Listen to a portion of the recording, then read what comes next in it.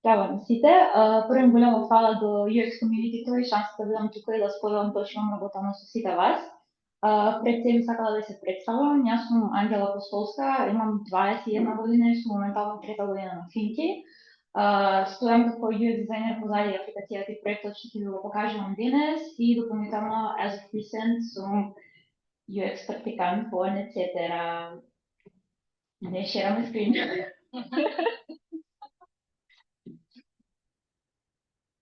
Да тоа беше денот. Да слушате. Сега сме окей. Снима. Провериш. Супер. Мордик, средка, добро. Уште пред 3 години кога се запишав на факултет, знаев дека мора да се најдам начин како да се имплементирам својата креативна страна во оваа IT индустрија, во оваа сфера, па така сосем најдов на UX дизајн преку покус на Udemy. Тогаш почнав само да се учам UX дизајнот и имав одлична прилика да почнам да ја развивам оваа апликација која што ќе ја представувам денес. Можам да кажам дека сум многу горда што стојам тука после 3 години, иако се уште се трачам како почетник у се ова, ама се стојам позади тоа што имам направено. Пред да почнем да зборам за дизајн системот, како се развиваше целиот UX концепт на Finder и не е најинтересниот дел кој имаме, би сакала накратко да ви раскажам за апликацијата и идејата позади апликацијата. Finder всушност представува мобилна апликација за промоување на социјални настани што се случуваат околу вас, конектирање со други луѓе, креирање на приватни и несосопствени настани и менаџирање и правење на резервации. Finder не е само идеја, туку е реална апликација во продукција, што може да се скуши секој ден од вас да се ја види. Моментално располагаме со скоро 3000 корисници и имаме понудено повише од 1000 евенти, што го рачунаме како одличен фидбек со пару последниве 6 месеци.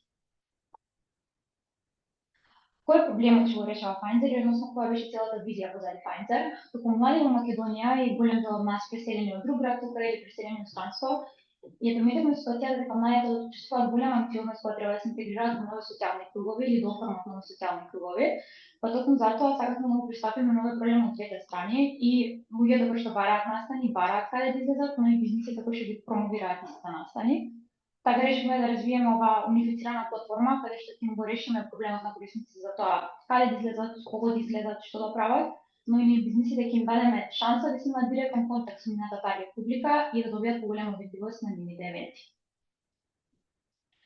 Сега започнала со дизајн процесот на апликацијата и можеби првиот key design feature што јас го изведов како најбитен да го споделам со вас.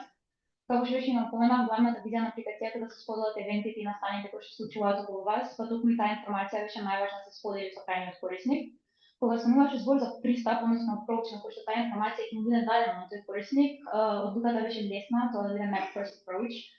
Идејата ми е кога самиот корисник ќе се отвори апликацијата, веднаш да се добие одговор на прашањето што се случува околу мене и тој одговор да биде многу лесен, интуитивен, односно визуелно представен, а не само текстуално. Па така, првиот скрин кој ќе отворите апликацијата е мапата, каде што се наоѓаат сите event pins што се случуваат околу вас. За полесна диференцијација на овие настани, решивме да дојдеме со научња, каде што секој може да се поставува различен тип на настан и така е полесно корисникот на брз период да може да изфилтрира што е тоа што ќе го отвори, например ако микрофон е караоке, ако е дискотека е диско и слично. На страна од мапата, каде што ги прикажуваме настаните, голем битен момент беше како ќе се прикажат деталите за самиот настан. Во тој момент требаше да направам доста интересен user testing со наши блиски пријатели, за да видам на нив како корисници што им е најбитно кога се одлучуваат дали да одат некаде или не. Некои од groundbreaking моментите беа дали се плаќа, кој друг одим, каква музика се пушта, кој ден е, во колку часот е. Па така некако на detail скринот решив да ги сумирам сите тие информации на лесен и поделен начин, со цел да не бидат overwhelming одеднаш. Тоа ми чисто најмногу ме фрустрираше кога ќе видев некој евент споделен на Instagram и се напишано во description без запирка, без поделено, не знаеш каде да почнеш да читаш. И затоа сакавме да ги дадеме тие информации полесно поделени за самиот корисник, за да може да си изфилтрира што му е најбитно да си прочита и да продолжи со тоа. Креирајќи овие три екрани, сакавме да даваме крајниот корисник лесно и интуитивно искуство и да му помогнам во таа тешка одлука да биде полесната најмногу што може. На страна не се лодаат сликите. Не, сега сме можем да ви раскажам, па да, не се лодаат на тие. Продолжам? Не е аплод. Не може, ти се продолжам, да. На страна на станите, уште еден битен момент се овие core experiences, кои сакам да ги раскажам. Сега може не можеме да ги на толските, може да се видите на апликацијата или чисто ќе шернам некој линк на крај. Идејата беше дека на страна на планирањето на евенти имаме и други главни функционалности, како што се социјалното конектирање со други луѓе и како што се правењето на резервации од страна на корисниците. Еве ги, така. Супер, фала ти многу. Како што кажав, на страната на станите, две важни функционалности кај корисникот ни беа социјалното конектирање со други луѓе и правењето на резервации. Како што кажа, првиот проблем не беше само да се најде каде да се излезе, но беше и со кого, и токму затоа решивме да го вметнеме социјалниот мечин во оваа комбинација. Повторно, со прашување на наши блиски луѓе, додовме на заклучок дека најбитните информации им се колку години има некој и зашто е заинтересиран. Тука сега подоаѓа од кај се луѓето, но бидејќи моментално сме распространети само тука во Словенија, моментот на каде си беше одма решен, пошто веројатно се луѓе околу тебе. Дополнително се одлучивме да имплементираме два типа на поврзување со некого, љубовно и хард, и конекција што е поише на професионален аспект, врзувајќи го типот на евентот. Во смисла сакаме да ги поттикнеме луѓето да се конектираат и на евенти од овој тип, на самити, на конференции, на workshops, но и на евенти како што се излегување на двор или слично. Кога станува збор за системот за резервации, резервациите функционираат solely based на евент, не е обичен резервацијски систем, туку се резервираш место за даден евент, потокму така податоците за евентот, часот, денот се unchangeable и се служат само како reminder да го потсетат корисникот зашто си прави резервација. Истиот се бира број на гости, маса, мени и така се праќа барањето до бизнисот, кој што може да биде одобрено или одбиено. Кога станува збор за бизнисите пак, две најбитни функционалности што сакам да ги одделам се менеџирањето на евентите што моментално се случуваат и дешбордот. Кога станува збор за live events, сакам на бизнисите да дадеме шанса директно да бидат конектирани со луѓето кои што присуствуваат на нивните настани, пошто тоа е тоа што фали моментално во менеџирањето на овие настани.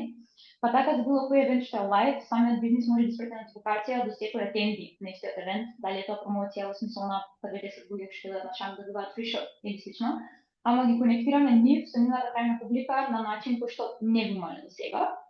И дополнително, како што мапата на евентите се entry point за корисникот, дешбордот е entry point за бизнисот.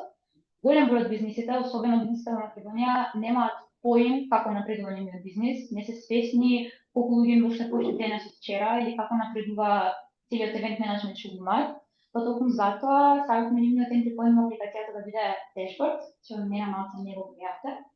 Идејата е да се прикажа тоталниот број на joins што го имаат, базиран на тајм филтер што самиот си го определуваат, ќе се прикажа долу, дали тоа на месец, 3 месеци, 6 месеци, пола година. Кратко си ги гледаат сите атендис што ги имале до сега во бројка и со процентуално дали се бољи или полоши од изминатиот период. Исто така со бројот на евенти, имаме чарт прикажано на тоа како расте нивниот joins на неделата, што лесно може да им докаже дека и жуфтите што имаш преку викенд одат подобро од нешто се случува од понеделник до среда и слично. Може би првиот најинтересен дел од моето искуство до сега е предизвиците со кои што се соочив при креирање на проекти на оваа апликација. Како што ви кажав, доста сум млада и доста сум почетник во се ова и како што го развивав ова, така учев и јас така се развива, па дури сега сметам дека дефинитивно не сум достигната до крајниот потенцијал што можам да имам. Првата помена и првиот најголем предизвик беше променувањето на целиот дизајн систем на апликацијата. Ова што гледате лево е нешто што беше креирано пред 2 години и што во моите очи беше одличен начин како да се прикажат на станите. Знам, изгледа смешно, но за некој што успел да го направи она што е десно, е голем чекор. Конкретно знаем дека емфасисот што се постигнува со жолтата боја и бекграундот уопште не го нуда јасен приказ на крајниот корисник да може да ги диференцира информациите, но со многу труд и со многу учење, успеав целосно да сменам дизајн системот. Знаевме дека сакаме да имаме со темна боја, бидејќи општо во целина социјалните настани и многу живот потсетуваат на темни бои на Dark Themes, така што така не дојде одлуката за дизајн на апликацијата за целокупниот дизајн систем. Вториот предизвик со кој што се соочив беше интегрирање на резервации во самата апликација. На почетокот навигацијата за корисникот беше доста едноставна, значи имаше мапата, евентите, зачување евенти, чат и профил. Дојде моментот кога што треба да се вметне нова функционалност што е подеднакво важна, како тие што се понудени, знаевме дека мора да биде entry point на самиот navigation bar. Така, дојде до идеја чувањето евенти, по пат на социјални мрежи, TikTok, Instagram, да се префрлат во самиот профил на корисникот, бидејќи дава побрзаност дека тоа е нешто лично за него и побрзо да си провери во самиот профил, а на navigation барот да останат застаните, резервациите, мапата, чатот и профилот.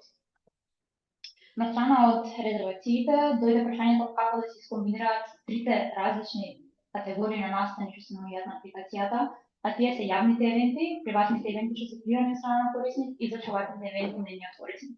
Како што кажав, зачувањето евенти ги решивме лесно, само ги префрлив кај профилот на корисникот, но комбинирањето на new events и private events беше малку трики. На почетокот private events го направивме централно на мапата, со цел да ги поттикнеме луѓето да се креираат приватни евенти, но тоа не беше воопшто интуитивно. Голем дел од нив не ни знаеа дека, например, кликот на плюс ќе ги однесе на форма за креирање на приватен евент, така може дека може да видат и други приватни евенти таму. Па токму затоа го оформив евент ставот долу, кај што сите евенти што се спомнува на апликацијата се делат на евенти што се случуваат околу тебе и се јавни, и на приватни евенти кои што се или креирани од твоја страна или ти си можеш вклучена на некој начин. Сега може би доаѓа најинтересниот дел, односно Figma Make. Figma Make излезе годинава на годишниот конфиг и уште првите 2-3 недели почна да работам со неја, да ја користам. До сега инспирација сум барала на Dribbble, на Pinterest, на слични апликации, но не било тоа. Така што самиот ланчинг на Figma Make многу ме поттикна да размислам за тоа како изгледаат моите дизајни и што можам да променам во нив. Па и целиот ребрендинг на апликацијата се дължи на Figma Make. Конкретно тука може да видите како ги имам земено дешбордот, reservation requestот и сите менаџери кои што се прикажуваат во апликацијата од Figma Make и како ги имам финализирано во крајен резултат за Finder. Интересното тука, а и на следните слайдове да се примети колку се разликуваат генерираните дизајни по боја, по концепт и по тоа како се осмислени. На следниот слайд се уште поточни, а тоа се дължи на промптингот на кој што се прави Figma Make и за тоа се сакала да зборувам најмногу. Како и секој друг AI модел, колку добро ќе го промптнеш Figma Make, толку добар резултат можеш да очекуваш. Во смисол, ако ми поставам отворено прашање и отворен промпт креирање профил или креирање резервацијски систем, јас му дам слобода на AI агентот да ми генерира нешто базирано на неговите преференции и неговите научени ствари so far. Тоа сигурно нема да биде во бојата што ја користи мојата апликација, нема да ги користи компонентите што ги имам во дизајн, нема да ги користи naming conventions и слично. Па затоа се заинтересирав на страната на промптинг и тоа како можам со најдобар промптинг да го добиам најдобриот резултат од страна на AI агентот. Резултатите што се добиваат со Figma Make особено се подобрија од кога минатата недела или пред 2 недели го вклучија Gemini 3 во целата приказна, пошто како AI агент е многу подобар моје лично мислење. Конкретно на овој скрин се гледа како, кога јас само бланко му давам на агентот да ми крира профил за социјална апликација, тука мислам дека само мечинг му спомнав за мечинг платформа, колку различни идеи ми даде, базирано на многу мал инпут што му го направив јас. А финалниот, овој тука петтиот е кога му објаснив вака, ми треба профил што ќе плати dark mode, ќе ми покаже слики, ќе ми покаже интереси на корисникот, сакам неговата профилна да се наоѓа горе лево, името на него, буквално му го објасни целиот концепт и побарав од него да ми изгенерира дизајн. Така што најголемиот learning curve при користење на Figma беше како да научиш да го промптуваш тој агент. Тоа се аплицира во секојдневниот живот, па зборите со ChatGPT и со било кој друг. Колку поточно промптате, толку подобар резултат добивате. Најчесто оставам open-ended prompts кога ми треба инспирација, во смисла ако не знам како сакам да оформам некој екран или ми треба бланко идеја, го оставам агентот сам да си оди по своја визија, но кога имам нешто замислено, гледам да сум стрикна со тој промптинг. Топла препорака што мене ми помага во тие промптинг моменти се Gina AI со Prompt Perfect.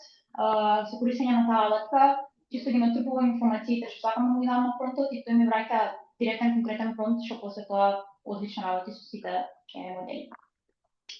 Тоа било тоа од објаснувањето на концептот на апликацијата и на мојот дизајн процес до сега.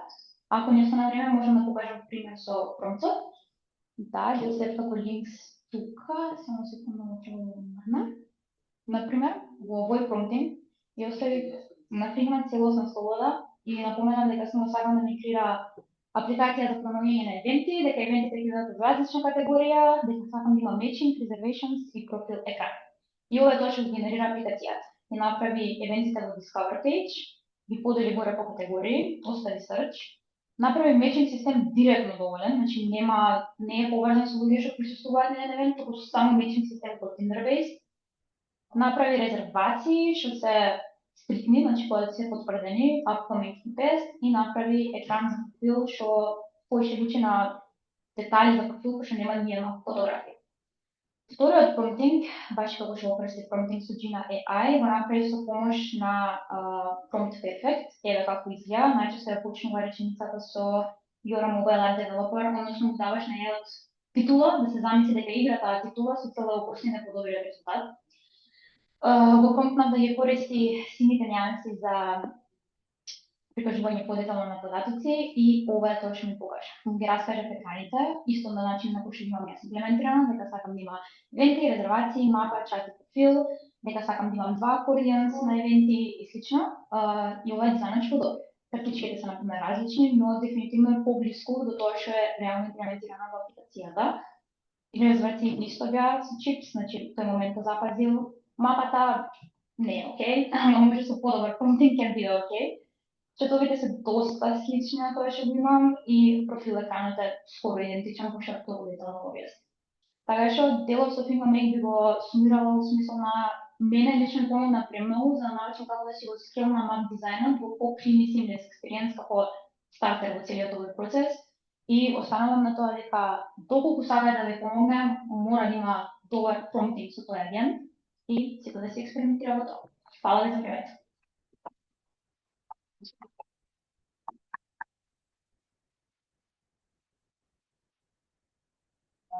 Прашање. Председател. И честитки право за пред што го имаш и твојот тим сработено.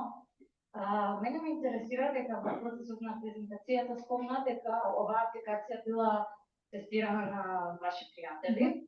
Сакам да ми објасниш нешто повеќе како пристапувавте целиот тој процес на тестирање, колку пати се одвивало тоа тестирање, каде се запишувале сите тие податоци, како сте дошле до решение на истото што се е покажало нели евентуално како некои недостатоци што подоцна сте ги подобриле.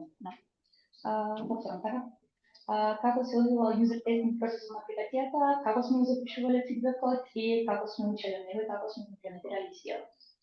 Целиот замисла позади user тестингот беше малку аматерска, пошто уште нема реално корпоративно искуство на тоа како изгледа user тестинг, ама го потикна моментот кога што ние како дизајнери и девелопери станавме презаситени од тоа што го правиме и веќе немавме чист преглед на тоа, доаѓавме со наши предрасуди и наши мислења и не гледавме чисто наокаму.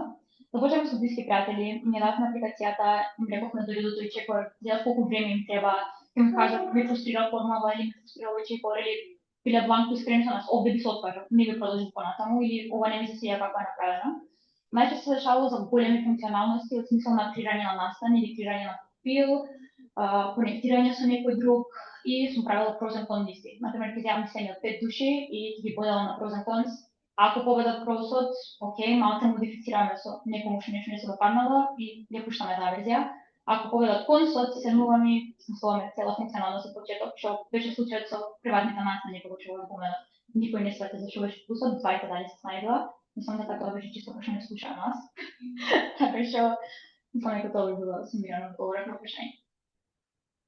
Супер, тестиравте директно од Figma Make прототип на уред? И да, и не. Моски пошто дечки да работа full development, како што ја дизајнирав, така што скоро цело време како што развивам апликацијава имаме development прототип.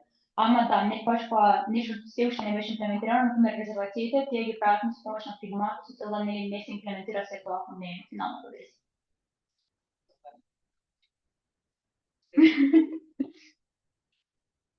Ами го повторив прашање. Не може. Моето второ прашање би било како планирате понатаму да ја подобрите апликацијата од страна на UX, кои се вашите планови? Може и од функционално, само да UX. Моментален апроч што мене воопшто не ми се допаѓа е начинот на кој што е представени near events екраните. Се ова буквално е не е self-sabotage, ја го имам по шанса да не ли чуем туѓи мислења. Начинот на кој што се представени овие картички овде, начинот на кој што се представени тие евенти не ми е најсјаен. Сакам да биде полесен и не толку вижуали натрупан за крајниот корисник, така што главни цели за преработка ми се тие, исто како и профил екранот, смисла дека не е најелегантно сумирано прикажано за корисникот, кои се неговите интереси, кои се неговите фотографии, тука може би додала као превју за твојот личен профил, кои ти биле конекции, на колку евенти си бил, чисто за корисникот да си има некој трек за неговата персонална активност за да користел апликацијата. Како најголеми ги гледам тие so far, функционалности, AI модели, рекомендации, така што тука веќе имплементацијата на тие агенти ќе бара нови дизајни, нели? Како тоа корисничко искуство да се направи полесно за самиот корисник да го види агентот како помошник, што ќе го води низ проаѓањето на агенти и правење на релации многу полесно. Така што тоа би било UX точка која што мора добро да се осмисли. Фала на тебе. Браво. За супер апликација, често гледаме во грепоци.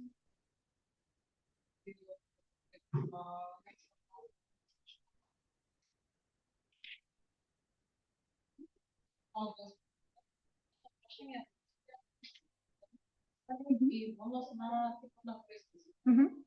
По-конкретно, дали да се корисник, можемо да направам настав, само да направам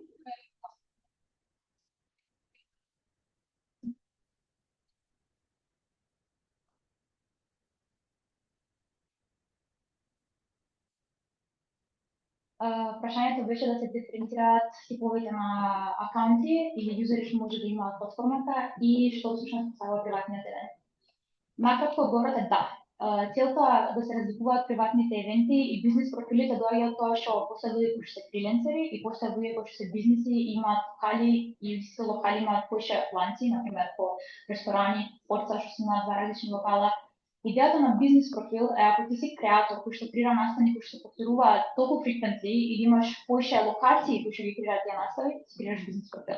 Ако ти си корисник што, например, баш пред некој ден имавме контакт со stand-up comedian guy, чисто сакаше да почне да работи со нашата платформа, тој е нормален корисник, како сите нас што може да го гледа овој интерфейс на апликацијата. Кога си креираш приватен евент, тој исто така се појавува јавно на мапата, единствената така е што ти како креатор смееш да го enable joinат.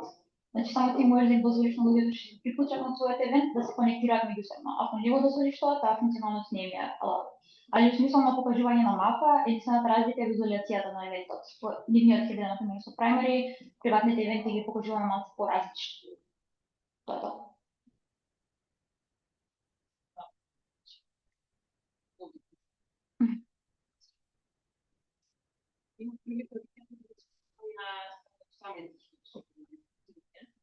Како не се било?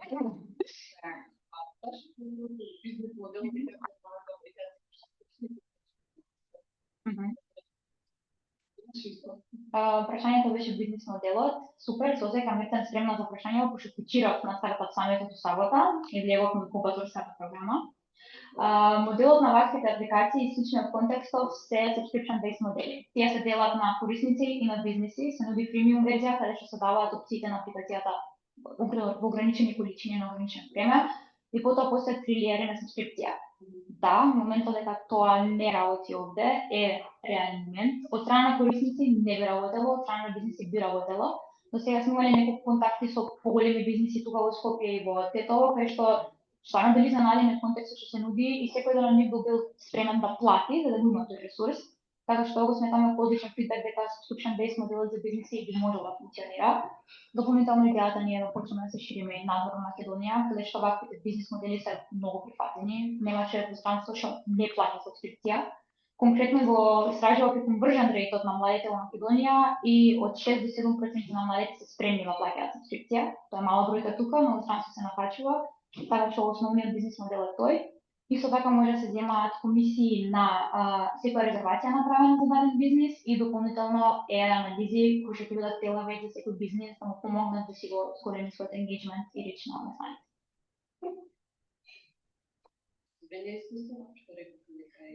Имам цели. Супер, супер. Во Словенија да си имавме една соработка со студентската организација, уште сме на юзер страната само таму, се уште сме имале контакти со бизнеси, но корисниците беа супер задоволени од апликацијата. Дел од нив ги знаеме лично и знаеме дека би биле спремни да си платат верзија ако сакат да ја користат неограничено самата апликација. Така што супер имаме солиден фидбек да продолжиме со работа во основа на ова. Браво. Само што е како презентацијата и стварно честички, јас сум презентирала од 21 година, до кај имаш стигнато како презентираш, сигурноста во себе и пасијата за се ова, така да стварно браво. Јас имам 30 година. Не изгледаш воопшто. Се фарбам за тоа.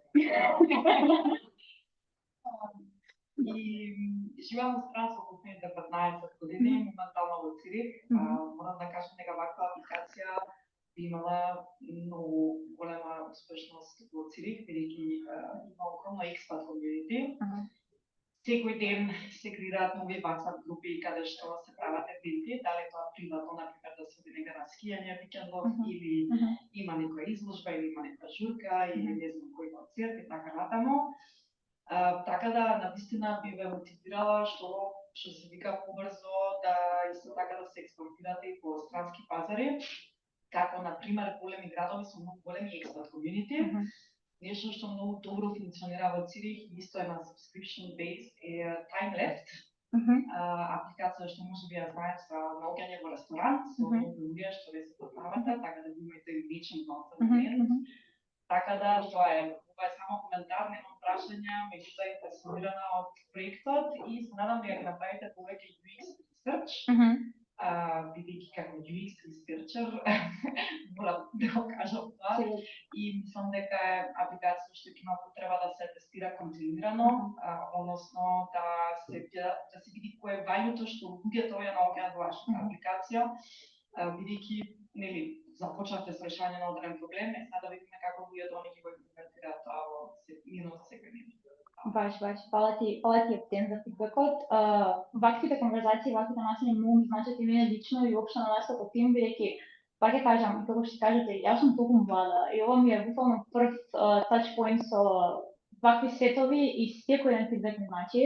Како што кажам, далеку е од сјаен продуктот, има уште многу работа, уште многу подобрување, ама крајната цел ни е да направиме нешто што стварно ќе биде прифатено и користено од страна на луѓето.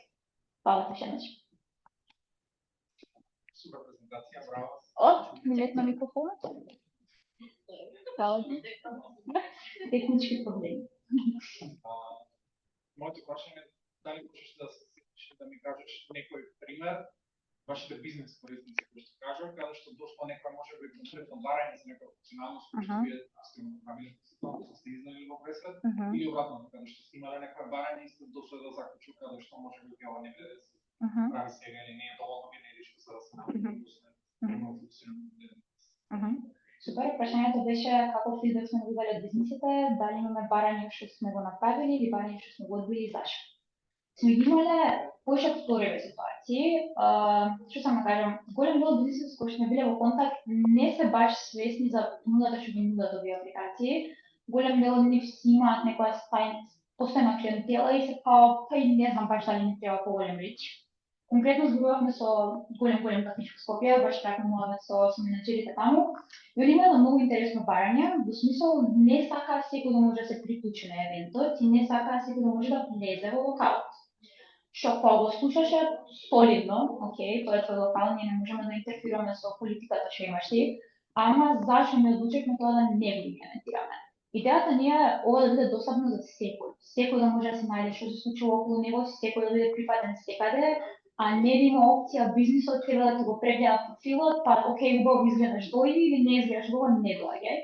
Така што иако ја разбиравме продолната точка на бизнисот и зашто би го сакал тој, тоа е сосем окей, секакви локали постојат, не беше цел што се купуваше во нашите очи и во мисијата што ние сакаме да постигнеме. Така што од работи што не сме ги послушале се тие, а до сега не сме имале нешто што некој бил као, ова ми треба, направи го. Резервациите беа дел, но ние секако имавме визија апликацијата да ја подобриме со такви функционалности за бизнисите, така што тоа не беше само апрувмент од другата страна дека треба да го направиме тоа. Фала ти.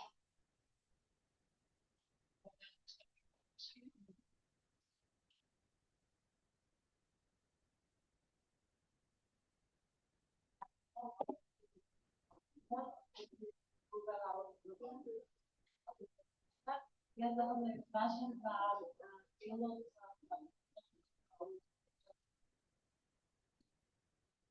помна дека во целата оваа работа се регулирано целосот на системот. Многу видов се како дело пред и после, па сакам да прашам зошто во целата оваа работа се одлучивме на почетокот да го регулираме дизајн системот и откако што го видовме кои други проблеми ќе реши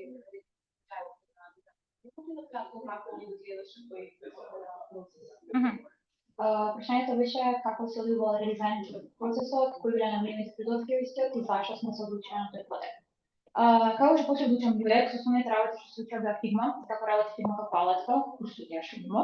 После тоа сватив дека кога правиш апликација, брендингот е голем битен момент. Сватив дека пред тоа што работам јас нема брендинг, туку беа чисто им се свига оваа боја ќе ставам, ми се свига оваа боја ќе ставам, и така тоа не е реален продукт. Со малку истражување додобив материјал дизајн и сега дизајн систем е based на материјал дизајн 3. Што ми помогна највеќе тој редизајн процес, ми помогна како да ги класифицирам информациите што ги гледаме, највеќе со емфасис на бои, во смисла кои работи би можеле да бидат истакнати со примарните бои, кои работи би можеле да бидат истакнати со секундарните бои. Знаев дека морам малку да ги диференцирам работите што ги покажувам, дека не може се да биде со една боја, дека не може се да биде стриктно бланко црно со едно прамари копче зелено. Така што мојот процес највеќе беше за визуелно покажување на податоците диференцирани и поструктурни. Таму највеќе ми помогна материјал дизајн и се одлучив на тоа чисто со истражување. Почнав да гледам различни апликации што постојат, си давав задачи во смисла на ќе најдам нешто на Pinterest и ќе се речам ај направи го сети во Figma, ќе го направи како чеде која апликација може да биде ваква, не мора да биде многу и статична. Така што со многу истражување, многу trial and errors, знаев дека крајниот продукт што ќе го постигнам треба да биде убав и да биде прифатен од страна на корисникот и немаше многу дилема дали треба да се менува системот или не. Најдем го говори прашање. Фала и на тебе.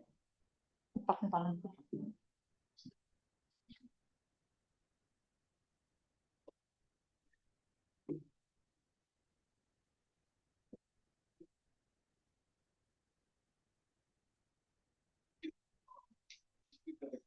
Дека свака час, Фала. на тема 21 година, ја на 21 година парче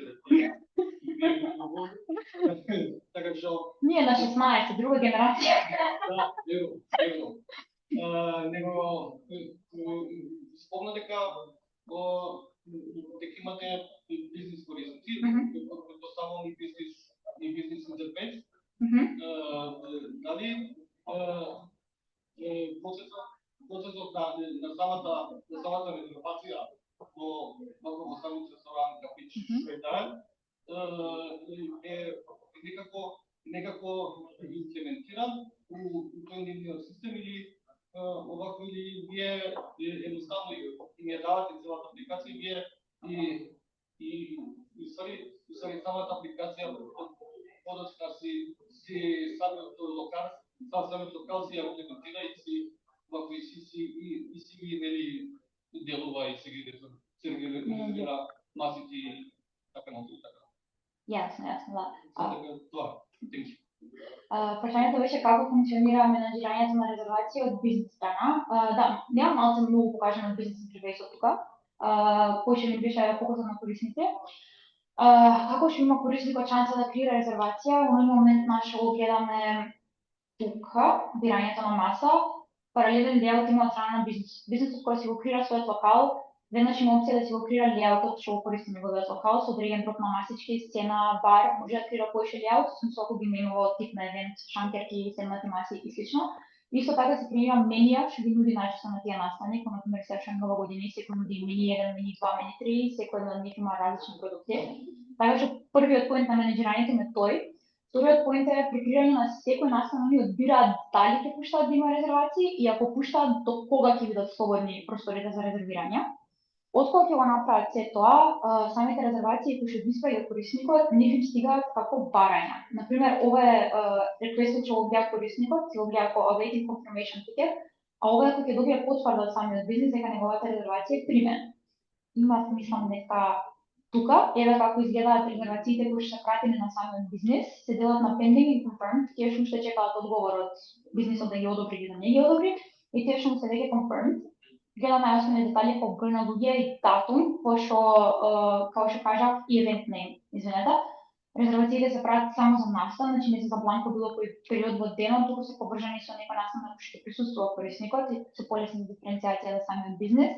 Така што он се одлучува дали ќе прифати или ќе одбие резервацијата, многу нормално.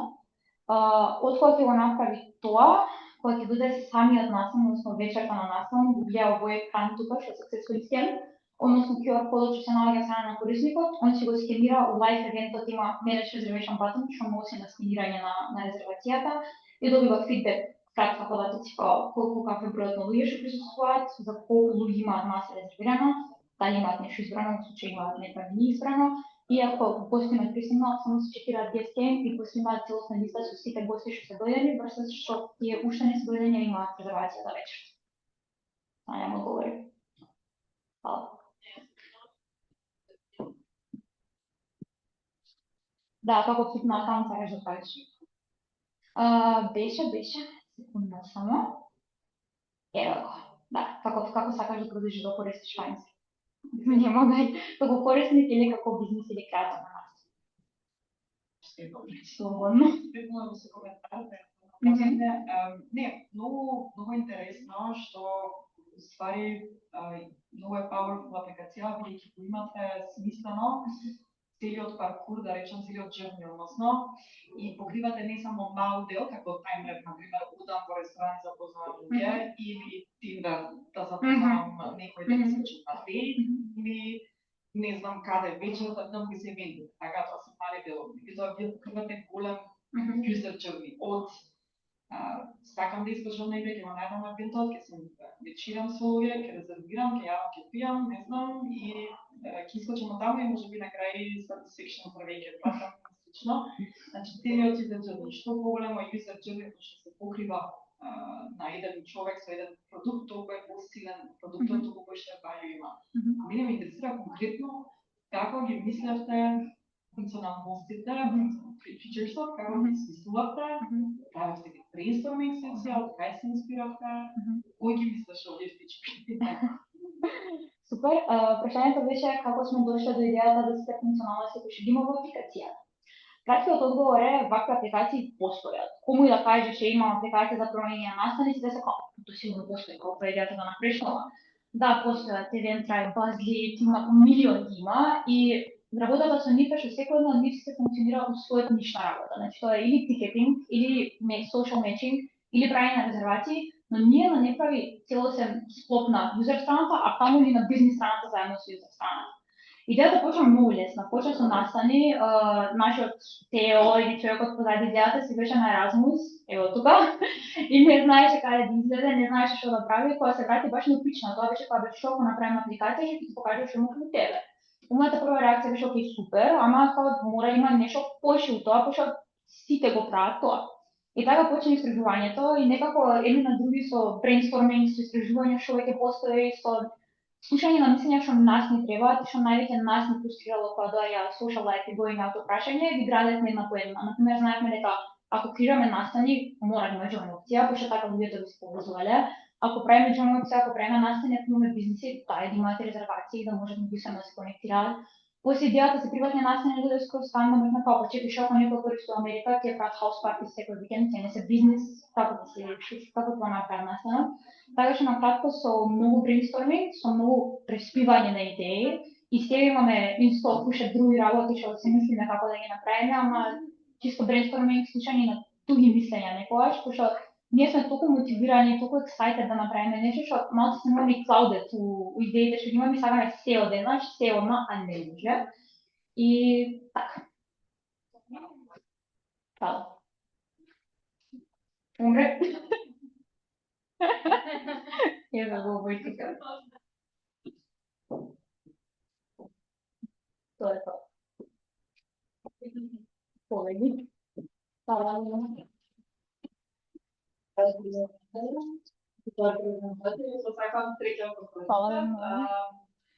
Мислам дека моето прашање сега со последното се одговори, беше што ќе ве направи вас различни за корисниците ако е да се користат WhatsApp групи, Facebook групи и така натаму, ама мислам дека доволно одговори.